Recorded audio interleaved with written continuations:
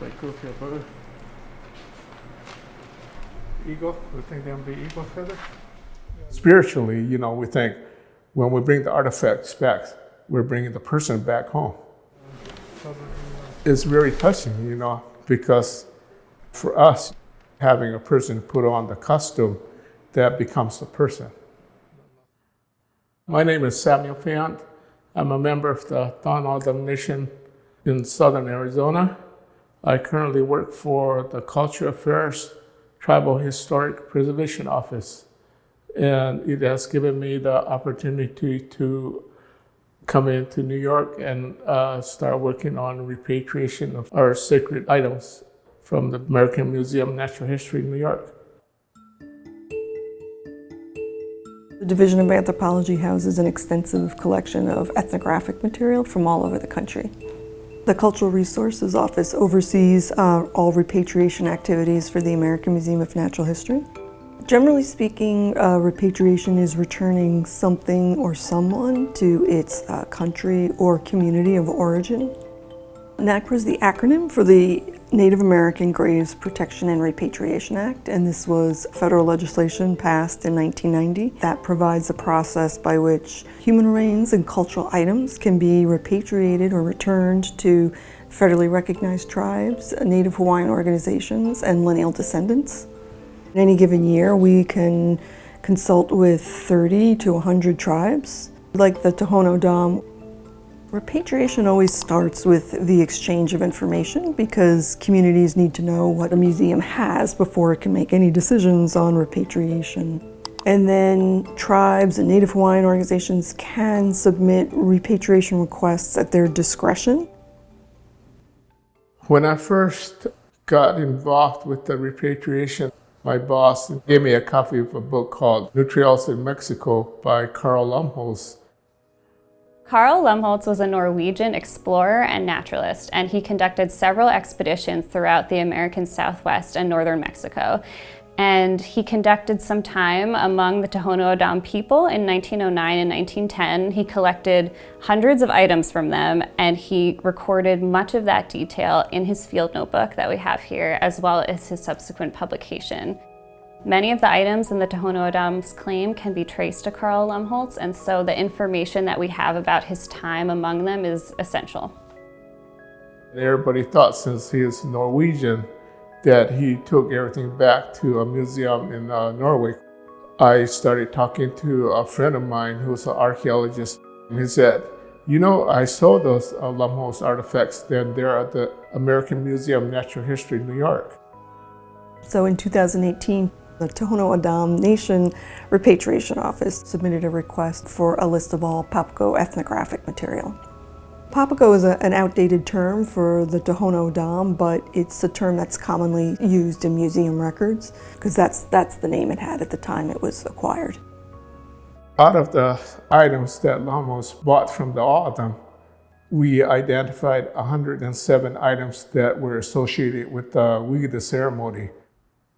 Much of what we understand about the Vikita ceremony came from our consultations with Samuel and members of the Tohono O'odham community.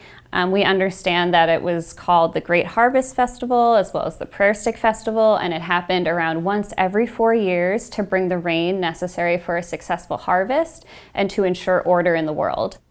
It was a big ceremony, and people came from miles away to witness the ceremony or participate in the ceremony. The main players seemed to be these singers who wore gourd masks that were painted, and clowns who wore these wonderful feathered headdresses. The clowns, or the Nauichu, they kind of amused the group of people that were there to observe the ceremony, but they also were considered healers. So a lot of people that had some sickness knew that they could go to the ceremony, and the Nauichu could conduct blessing ceremonies for them to make them well. There's one individual in Lumholtz's book, his name is Simon, and we have almost his complete outfit. So Simon is the one that sold all these items to Lumholtz, but in the process he was telling him what the ceremony was and so forth. When we were looking at photographs of Simon, we were doing a visual comparison between what we saw in that photo and the items that we have in collections, trying to make a match. And then we went into our archives and we saw Carl Lumholtz's field notebook, in which he had indicated which items specifically came from Simon.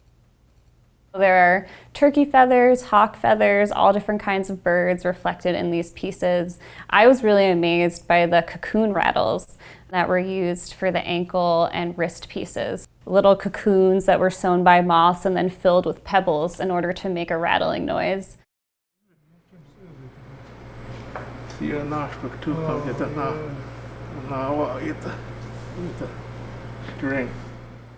107 items that were associated with the Vikita ceremony. Those are the ones that we sent out a formal request, repatriating request, and working with NAL, that one went through their review committee here, and they approved it.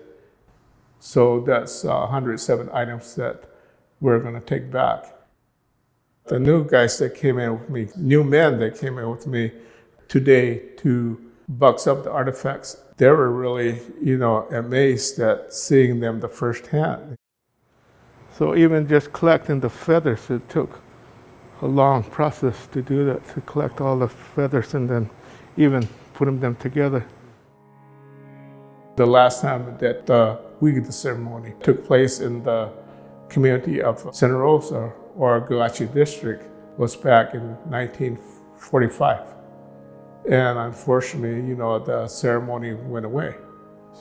The elders that knew the songs, knew the ceremony, how the ceremony was conducted, they're all gone now.